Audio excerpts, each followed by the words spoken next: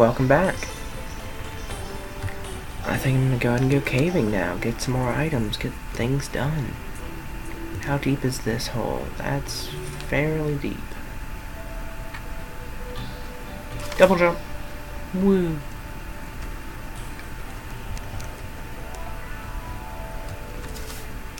I also love that I came really close to making this a safe drop. So I'm gonna go and do that now. So now I won't die if I miss the double jump. Alright, nothing else over there though.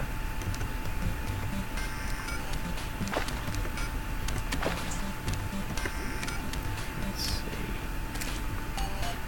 I hear something dying. There it was. Not sure what killed it. Possibly fall damage. Apparently I went down there, but closed off behind me. So I'm gonna go this way now. Oh, and I don't glow yet. I hate it when I don't glow yet.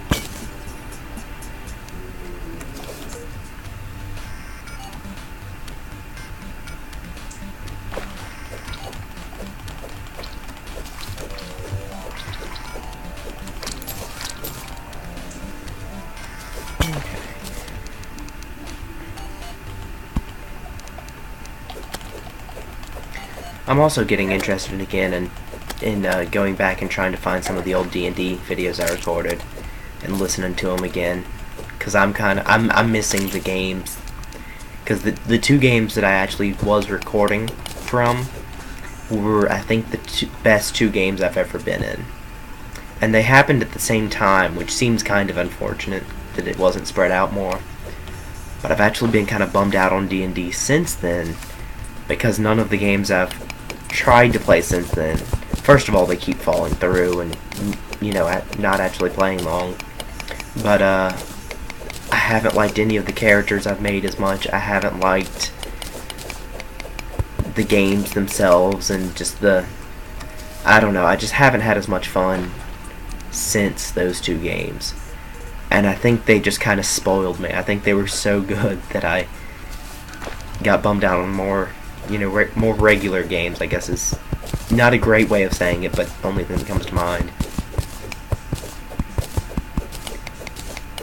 Because it's not that they were, you know, high. Well, no, that's not true. They were both pretty high-powered games. So part of it was that my characters could just destroy stuff if they wanted to. Well, Titania could. Stinson was interesting because he didn't seem like he could do a lot. Like, on paper, he was the one thing he could do on paper was knock people unconscious really well, because he had like 3 feats that would multiply the damage, add and multiply the damage he did with like non-lethal bludgeoning weapons. So he had a sap, which was his main weapon, and he wouldn't kill people with it because he didn't like the idea of killing people all that much. I mean, he wasn't a saint about it. He would if he needed to, and he wasn't going to stop other people from doing it. But if he could avoid it, he wasn't lethal, you know. But where was I going? Oh, but he was also, because it's not as safe to leave people alive, I guess, those feats were really powerful. You know, game balance wise, that's why that you got away with them being as good as they were, is what I'm trying to say, I guess. And so, on paper, he could do a lot of non-lethal damage really quickly.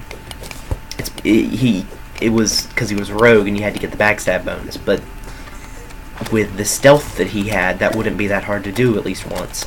I think he had a 12 stealth at level 1. So either 12 or 13. Of course, I started at level 2, so it was one higher. Like I said, like either 13 or 14 when I actually started playing. Because I think I was a little late into the game. And I don't remember if everyone else was level 2 or 3. I might have started out a level behind. I can't remember at this point. But by the time he died, he was 2 levels ahead of everyone, so you know. But it was just so much fun because he... Oh yeah, that's what I was trying to say. On paper, he didn't look like he'd be that powerful. But he had decent... He had pretty good intelligence and wisdom. And most of my characters don't have really good of both of those. A lot of them will have a lot of intelligence, sometimes they'll have a lot of wisdom, but they don't usually have both. And because the character doesn't have good intelligence and wisdom, I can't play them being as ingenuitive and what's the word? It's I think of it as like trusting your gut, because I always think that gut feeling that you have is more your unconscious mind having worked something out, that you don't know all of the things that have gone into it, but I trust mine. I'm usually if I've got a feeling about something being right, I am right, you know? And so I don't really have to know 100% all of the reasons that went into why I'm thinking this. It's just, it probably is accurate. And that's one of those things that you want to be careful about, but that I've tested, you know, I've seen it enough times be held true that I'm pretty trusting of it. But that I could kind of do that with him. I could just trust my gut. I could do, how to say this? Most of my characters, I can't use my instincts like that with them, because they wouldn't have the intelligence and wisdom to come up with the things that I'm thinking. So I have to, you know, I don't want a metagame, I want to play being character, so I have to have more of a reason, or I have to do what they would be thinking of at the time. And I guess that's another part of it, is usually the things that have gone into my decision making of you know, what's a good idea, might include things that my character doesn't actually know. So normally you can't trust your instincts like that and have that be what determines what the character does. Or at least I wouldn't. I'm sure some people do, but I wasn't going to. With him, though, I think he thought a lot like I do, more so than most of my characters.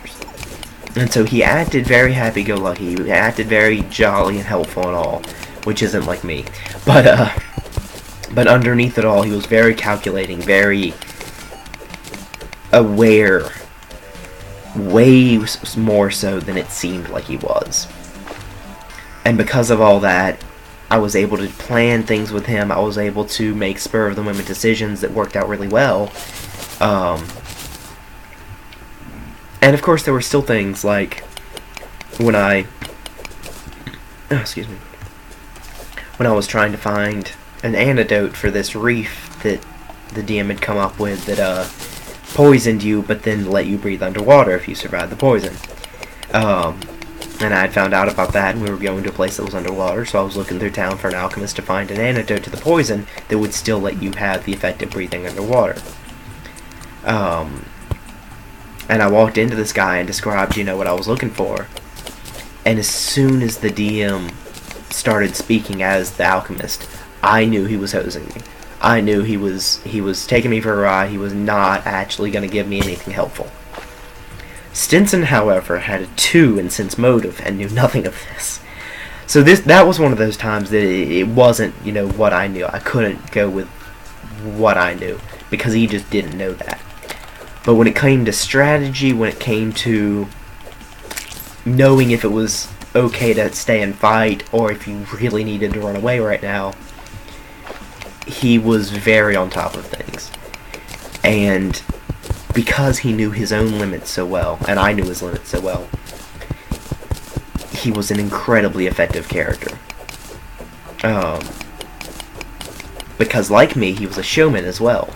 Had a lot of showmanship and had a lot of bravado that went into some of the things that he could do, you know, that you wouldn't have otherwise been able to do because you intimidate your enemy or you impress people and make them, I don't know, maybe it's the not impressing people, It's the making people think that you're not anything worth noticing, and then just destroying their day. But it was stuff like that that made him so fun to play.